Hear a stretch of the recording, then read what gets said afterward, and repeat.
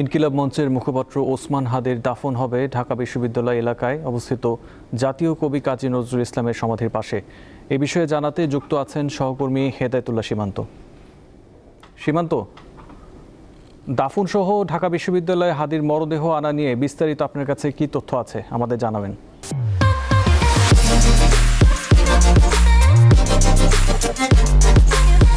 আসিফ, কিছুক্ষণ আগে মানিক মিয়া এভিনিউ থেকে সহকর্মী জহিরুল মোহসেন যেমনটি বলছিলেন যে বেলা 2টায় সেখানে জানাজা শেষে তার মরদেহ ঢাকা বিশ্ববিদ্যালয়ের কেন্দ্রীয় যে জামে মসজিদ সেখানে নিয়ে আসা হবে। তারপরই কবি কাজী নজরুল ইসলামের পাশে তাকে সমাধি তার কবরস্থ করা হবে। তার জন্য সেই প্রস্তুতি সকাল থেকে চলছে। আমরা দেখছি যে ইনকিলাব মঞ্চের মুখপাত্র এবং জুলাইয়ের অন্যতম যোদ্ধা সেই শরীফ ওসমান হাদি যখন মৃত্যুবরণের সংবাদ ছড়িয়ে পড়ে তারপর থেকেই রাজধানী সহ সারা দেশে উত্তাল হয়ে পড়ে।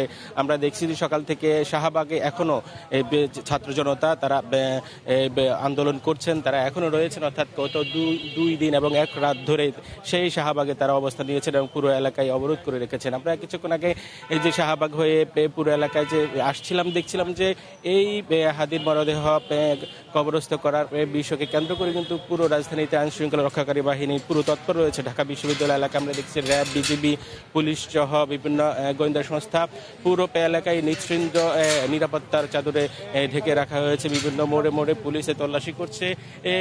আপনাকে যদি দেখাতে চাই যে কবি কাজী নজরুল ইসলামের ঠিক উত্তর পাশে সেই একটি জায়গা নির্ধারণ করা হয়েছে। গতকালকেই ঢাকা বিশ্ববিদ্যালয় সিন্ডিকেট বৈঠকে যে সিদ্ধান্ত মোতাবেক সকাল থেকে সেই জায়গাটিকে পরিষ্কার পরিচ্ছন্নের কাজ চলছে। আমরা দেখতে পাচ্ছি যে যারা কবর খুঁড়বেন তারা একে একে সকাল থেকে তারা প্রবেশ করছেন, পাশাপাশি আইন শৃঙ্খলা রক্ষাকারী বাহিনীও সে প্রবেশ করছেন তারা।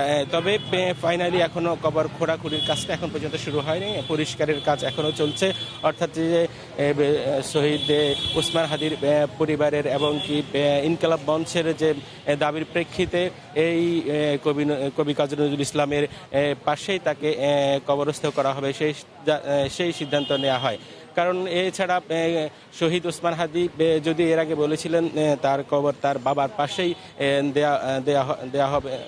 দেওয়ার জন্য তিনি আহ্বান জানিয়েছিলেন যখন তিনি জীবিত ছিলেন, কিন্তু সেই তার পরিবার এবং ইনকিলাব মঞ্চের যারা আছেন তাদের দাবির প্রেক্ষিতে ঢাকা বিশ্ববিদ্যালয়ের যে কবি কাজী নজরুল ইসলামের পাশেই তাকে সমাধি করার যে তারা দাবি তুলেছেন, সেই দাবির প্রেক্ষিতে ঢাকা বিশ্ববিদ্যালয়ে সেই সিদ্ধান্ত মোতাবেক তাকে কবি কাজী নজরুল ইসলামের সেই উত্তর পাশে তাকে সমাধি করা হবে।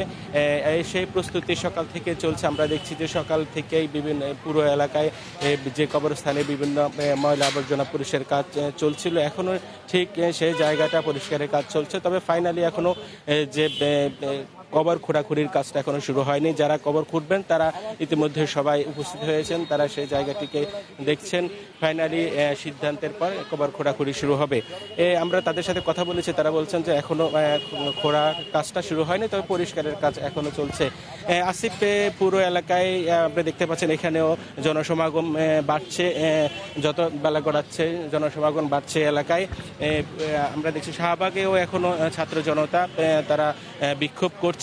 তারা বলছেন যে এই শহীদ ওসমান হাদির যে যারা হত্যাকারী তাদের দৃষ্টান্তমূলক শাস্তি নিশ্চিত না হওয়া পর্যন্ত তারা কিন্তু মাঠ ছাড়বেন না, তারা এই আন্দোলন অব্যাহত রাখবেন। পাশাপাশি সরকারের প্রতিও তারা দাবি জানিয়ে আসছিলেন যে এই যারা মূল পরিকল্পনাকারী যারা বাংলাদেশ থেকে তারা পালিয়েছেন তাদেরকে দেশে এনে তাদের দৃষ্টান্তমূলক শাস্তি নিশ্চিত করতে হবে, না হলে এই তৌহিদি জনতা অর্থাৎ ইনকিলাব মঞ্চ সহ যারা ছাত্র জনতা জুলাই গণ অভ্যুত্থানের সাথে যারা সরাসরি জড়িত ছিলেন তারা এই রাজপথ ছাড়বেন না, তারা এমনটি হুঁশিয়ারি দিয়েছিলেন। পাশাপাশি স্বরাষ্ট্র উপদেষ্টারও পদত্যাগ তারা এখনও তারা দাবি জানিয়ে যাচ্ছেন। আজকে বেলা 2টায় মানিক মিয়া এভিনিউতে যে জানাজা শেষে তার মরদেহ ঢাকা বিশ্ববিদ্যালয়ের যে কেন্দ্রীয় মসজিদ সেখানে নিয়ে আসা হবে। তারপরই এই কাজী নজরুল ইসলামের পাশে তাকে সমাহিত করা হবে।